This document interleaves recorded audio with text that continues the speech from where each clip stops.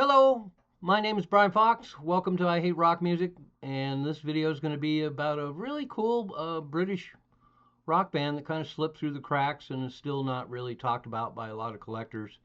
And that's a band called Duffy. And the lineup was Stuart Reffeld on vocals and harp, Barry Coote on guitars, Joe Nonson on keyboards and vocals, Patrick Sargent on bass and vocals, and Will Wright on drums. One of the things that's interesting about them, and probably one of the reasons why their records are not that much in circulation and not talked about by collectors that much, is they moved from the UK to Switzerland and just seemed to make a better connection there, and worked with the Swiss producer Stefan Sulke at Soundcraft Studios. And so their first album was only released in Switzerland. It came out in 1971, called Just in Case You're Interested. So they spent 1970 and part of 1971 in London, and then moved to Switzerland, and put out these two albums. So their second album was called Scruffy Duffy, and that one was released in 1973, and that was released in Switzerland and the UK. And I think they played some UK gigs and got some good promotion and got reasonably popular, but then moved to Switzerland and it kind of changed their dynamic. But they're one of those bands where I'm not really going to go through song by song. I'm just going to say that they're just a classic British rock band of that period, not really blues based, pretty classic hard rock. There's some blues influences here and there, and then there's some folk influences in there, and they kind of have the same palette as a band like Humble Pie.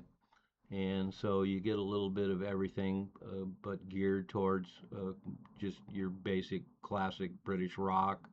You can tell the singer's English. He's got a slight accent. Pretty decent vocalist. And the band overall is pretty strong. Good rhythm section. The keyboards are not too obtrusive. They work really well with some of the honky tonk elements in the band. And then Barry Coote's a pretty cool guitar player. They got a nice fat sound, and there's actually two or three songs that are actually great.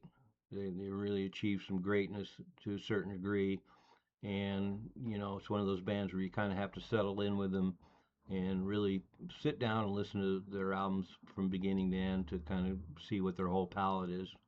Definitely one of those bands that's eclectic enough that you can't really just skip around and get a very good picture of what the band was about. But I think the comparison to Humble Pie is pretty apt in a lot of ways. They just seem to mine similar territory as a lot of the studio records that Humble Pie was doing in the early 70s. And he certainly knows Steve Marriott, but he's a pretty respectable English rock singer. Has a lot of similar qualities to a lot of big name British rock singers. But so definitely a second tier band. They have moments where they're a first tier band, and they're just so classic, and they're really good at what they do, um, that I think they're worth listening to. And for those of us who really like the 60s, late 60s, early 70s stuff, and that UK British classic rock sound, they deliver the goods pretty well.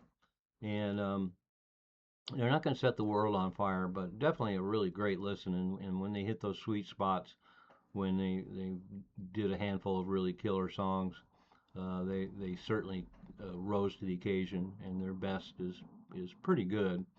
So I'm not getting the hard sell on these guys. I just think they're a really solid band.